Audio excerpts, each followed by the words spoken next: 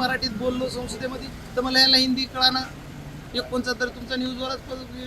कोणचं तरी काहीतरी चालतंय ते लिहिलं त्या म्हणले स्पीकर साहेबाला कळाना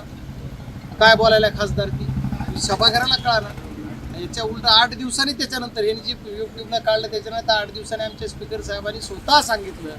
रेकॉर्डवर आहे संसदेच्या की तुम्ही तुमच्या मातृभाषेत जी की या भाषेत बोलायला तुम्हाला ज्या ज्या भाषेमध्ये बोलायला परवानगी दिली त्या तुमच्या भाषेत महाराष्ट्रातल्या खासदारांनी मराठीतच बोला सक्ती म्हणून नाही पण तुम्ही मराठीत बोला कर्नाटकवालेली तुमची कोणची लँग्वेज आहे त्याच्यात बोला तामिळनाडूवाली तुमची ज्याच्यात त्याच्या मातृभाषेमध्ये तुम्ही बोला जिथं जिथे मान्यता आहे त्या भाषेत बोला असं आदेशित केलं आम्हाला मग जर मराठी भाषेत जर समजा माझं बोलणं कळत नाही किंवा वापरून नाही तर मला कसं बोलायला परवानगी दिली ती नाही म्हणली असते पण त्याला एक माहीत असलं पाहिजे की बाबा मराठीत बोललं तरी ट्रान्सलेशनचं बटन आहे आणि त्याला ऐकायला हिंदीत येतं इंग्रजीत येते बऱ्याच लोकांना हिंदी सुद्धा तिथं काही